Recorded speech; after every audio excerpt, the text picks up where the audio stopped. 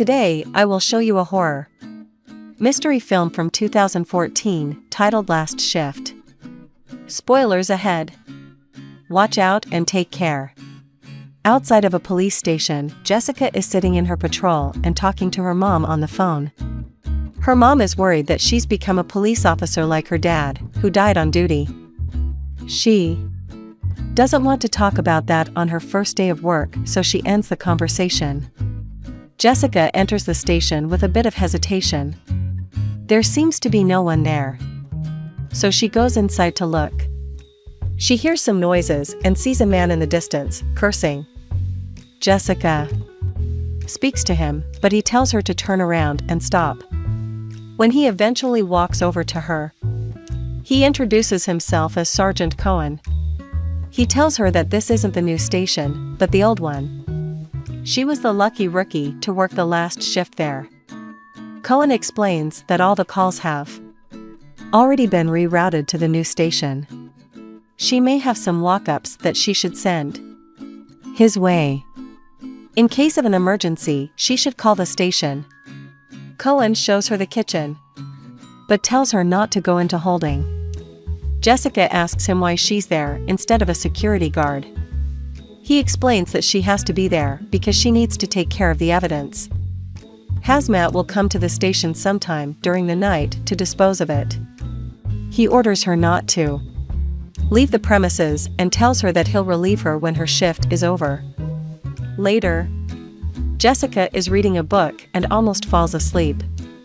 Suddenly, she notices something wrong with one of the lights in the hallway when the phone rings. She gets a distress call from a woman saying that she's trapped and that all of the people with her might be dead. When she asks for the address, the woman hangs up. Jessica immediately calls the new station, since she didn't obtain the necessary information from the caller. They just tell her that they'll check on the call and if the calls have been properly rerouted.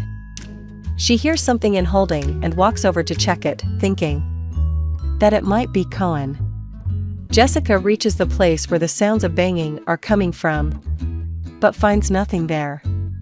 Later, she eats her lunch in the kitchen and finds a long strain of hair inside her sandwich.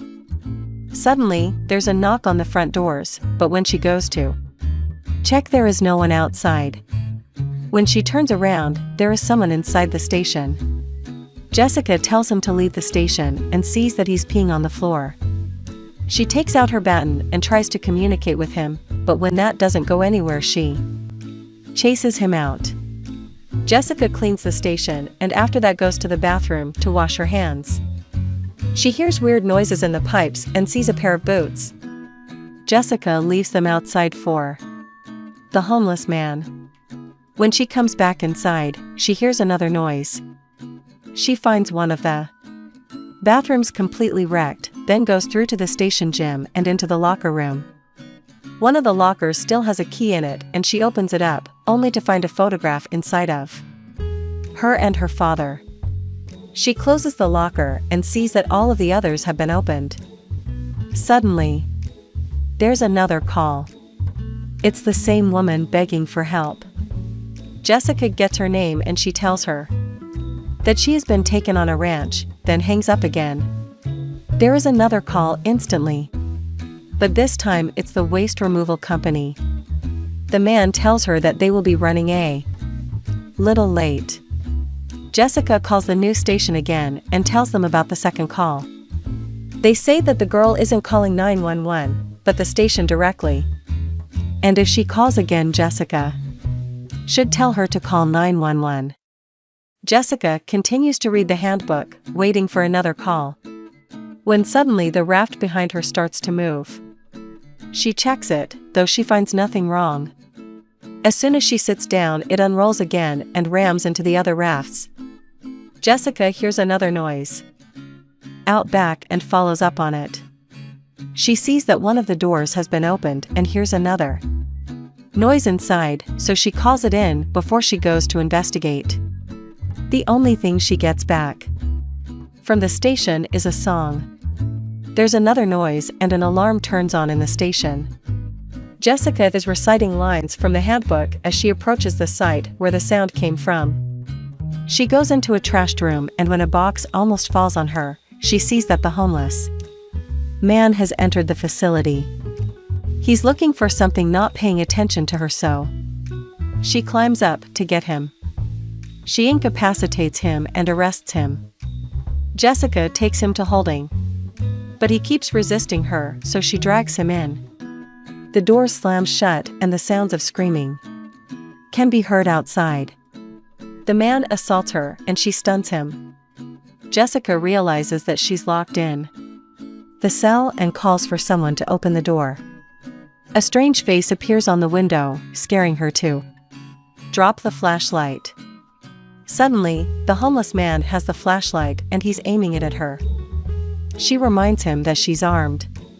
The flashlight lights the corner to reveal the homeless man still unconscious. Jessica asks who's in there with them. A child's voice can be heard. She bangs on the door again, and the voice asks her if she wants to get out of there alive. Jessica asks for her flashlight, then everything goes dark again and two figures are seen next to her. The lights come back on and the cell door is open. She goes out and locks the prisoner in, then tries to calm herself down. Later, Jessica calls Cohen, and when he doesn't answer, she leaves him a message, but doesn't tell him what happened. She pushes back to try and relax, but sees the word SOW etched out on the ceiling. When she checks the doors of the station, she sees a woman outside and tells her to leave. Marigold asks to finish her cigarette there because she feels safer, and Jessica lets her. Before she walks inside, Marigold says that she can tell she's a rookie. She tells her that she was in a cell next to the Paimon murderers that killed themselves in the station, who had kidnapped and slaughtered some girls. Jessica knows about the case because her father got killed on the scene of the crime, and she knows that the criminals died there too. Marigold insists that they brought them back alive to the station, and she could hear them sing some weird song in the cell next to her. They hung themselves with their bed sheets. Marigold finishes her smoke and leaves Jessica speechless. She patrols the station and finds a switched-on TV. The TV plays a police interview with the Paimon brother that had committed the heinous crime mentioned. Two other TVs come on, playing interviews with the Paimon sisters. John Paimon is seen in a flashback, talking about the devil. The flashback of the interviews continues with the sisters, both saying similar things. John makes an absurd threat on the recording, as if he could be speaking right to Jessica. Suddenly, one of the chairs swings over to her, and for a moment it looks like someone is sitting on it. It keeps on doing that until it knocks Jessica over. The phone rings and she rushes to answer. It's the same girl, saying that the other girls have been killed. The people that have done that keep singing the same song that Marigold told her about. Jessica tries to make the girl call 911, but she tells her that she can't, so Jessica tells her to run and hide. Before the call ends, Jessica asks the girl if she's heard the name John Paimon, and she says that she has. Jessica has started connecting some of the dots, so she calls the news station again and conveys all the details of the call with the girl. She tells the officer on the other side of the call that she thinks that the remaining members of the Paimon family might have her. He laughs and tells her that all of them are in custody under constant police supervision. He gives her the number of a police report and tells her to reference that report number when she calls again if she gets any more information. She thanks him and hangs up. All of a sudden she hears whistling from the other side of the station. Jessica checks on a room with some office chairs, but gets distracted by more noise. When she looks back, the chairs have been completely rearranged. Jessica has had enough and thinks that the other police officers are playing a trick on her because she's a rookie. Suddenly, the bell of the station rings, and when she goes to check, there is one officer there. She begins asking him if it was just him that played the prank on her, or were there others as well. He doesn't seem to know what she's talking about. Jessica asks if they play that same trick with other rookies as well. He introduces himself as Price, and he tells her that he just came to check up on her. Price asks her to let him in. They walk inside the station together and chat. She thinks that someone made him check up on her. But when he asks her how her shift is going, she tells him about the homeless man. He laughs and says that he's had worse than that, with one perp defecating all over his police car. Once Jessica relaxes a bit, and he tells her that he actually came to check up on her because he knew her father. She asks him if he was with him that night. Price tells her how it all went down. They arrived early at the scene, but they could hear the girls begging for their lives. The two of them went inside without backup, and her father held the payments off, while he managed to get some of the girls out. He tells her that 2 officers died there, including her father. Price says that her dad was a good cop and that he'd be very proud of her. When he turns around, she sees a massive hole in his head, and as he walks by the window outside, he vanishes. Jessica goes to check where he went and calls after him. Suddenly, she hears voices coming from all around the station, circling her. Suddenly, she sees a body being moved inside the hallway. It begins to levitate, and it moves in an unnatural way. Jessica hides for a moment, pulls out her gun, and when she steps out to check if the man is still there, he's gone. All of a sudden, she hears the homeless man screaming in his cell. He begs to be let out of there, and when she asks him what's wrong, he steps aside and shows her the 3 ghosts in his cell. Jessica keeps saying that it isn't real. The man cries and pleads with her not to leave him in there. She hears the song again, and when she reaches the place where it's coming from, she sees a group of girls sitting in a circle and singing. The ghost girls turn around to face her with bloody sheets on their faces, while their reflections look normal. The door shuts behind her, and they disappear. Jessica hears another racket outside and goes to the evidence room. She finds it completely trashed, with some male clothes placed out in the center. Jessica runs over to the phone and calls Cohen. He asks her why she's calling him, and she tells him that she thinks she's seeing things. Jessica doesn't think she'll be able to finish her shift. Cohen belittles her about being afraid and asks her again if she'll be there by the end of the shift. Before he hangs up, he tells her not to call him again. She calls the waste disposal company to ask when they will be there. When the man tells her that he's not sure, she tells him that she'll be waiting for them outside in her squad car. Jessica leaves the station, but the phone rings, so she rushes inside. It's the girl again telling her that she's escaped. She tells Jessica that she sees some kind of sign, and Jessica keeps her on the line while calling dispatch from her cell phone. The girl says that she knows that she's going to die, and Jessica asks her if there is something she could use as a weapon. She disconnects again. Jessica calls the new station and references the number that was given to her earlier. The same officer picks up the phone and tells her that the girl that has been calling the station is dead. Jessica can't believe it. The officer tells her that she was the last Paimon victim and was beaten to death with a bat. He says that maybe some of the members in the Paimon commune might have avoided capture and is paying a sick joke on her, or it might be ghosts. The officer tells her that the Paimons killed themselves in the station, and that ever since then there have been strange things happening in the station. A photograph drops behind Jessica, and she hangs up the phone. It's a post-mortem photo of her dad. She sees more photos on the ground from the Paimon crime scene of the girls that died there. There is also one of Price. Jessica closes her eyes for a moment, hoping it will go away, but When she opens her eyes, the photos are arranged neatly in the hallway. Jessica hears screams inside her mind as the mug shots from the Paimon family are seen. Suddenly, the photos catch fire.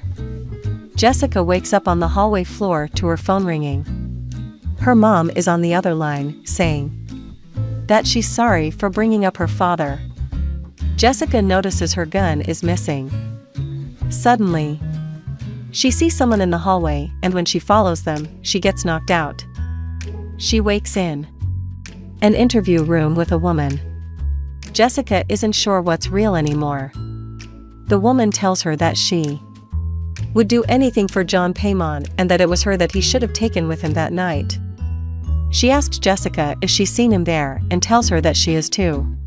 Then the woman says that she's there to celebrate the 1-year anniversary of his death and kills herself with Jessica's gun. The phone rings again and Jessica walks by the body, takes her holster and her gun back. Then gets to it. It's the same girl on the phone. When Jessica tells her that she's dead, the girl starts laughing and the sound of the bat hitting her can be heard over the phone.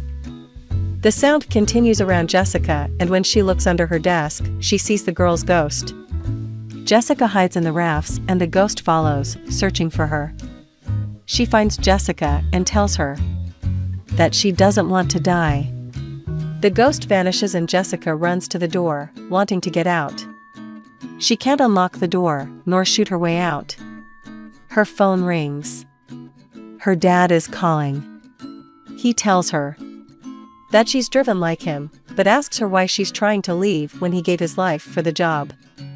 Jessica apologizes, saying she won't. He tells her that the man that killed him is still in the building and that she needs to do something about it. The homeless man suddenly walks past by her. She asks him how he got out and tells him to get down. When she goes to cuff him, he turns into an apparition. Jessica checks the homeless man's cell, only to find him dead. The words "King of Hell" are written on the walls. Jessica tries to call the news station for assistance, but she gets only static on her radio, then a scream and the song again. Blood comes out of the radio and a ghost appears next to her. She sees a projection of the Paimons doing some kind of ritual in their cell and then killing themselves. Johns turns toward Jessica and takes off the sheet. The ghosts are suddenly next to her and on the projection as well. Price appears as well and shoots himself.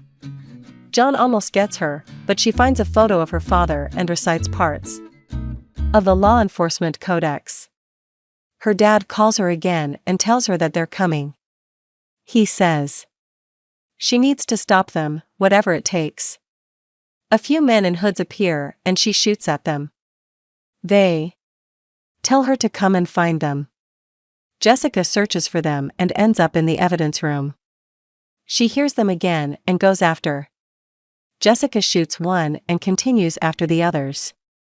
She takes out another one and incapacitates another.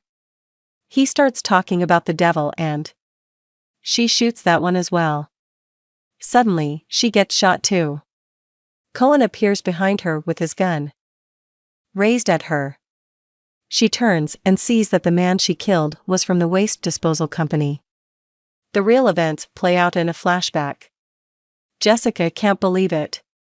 She's killed all the guys from the company that were supposed to come and take care of the evidence. Cohen calls the situation in while Jessica sings the Paimon song. The 3 Paimon ghosts appear and take her.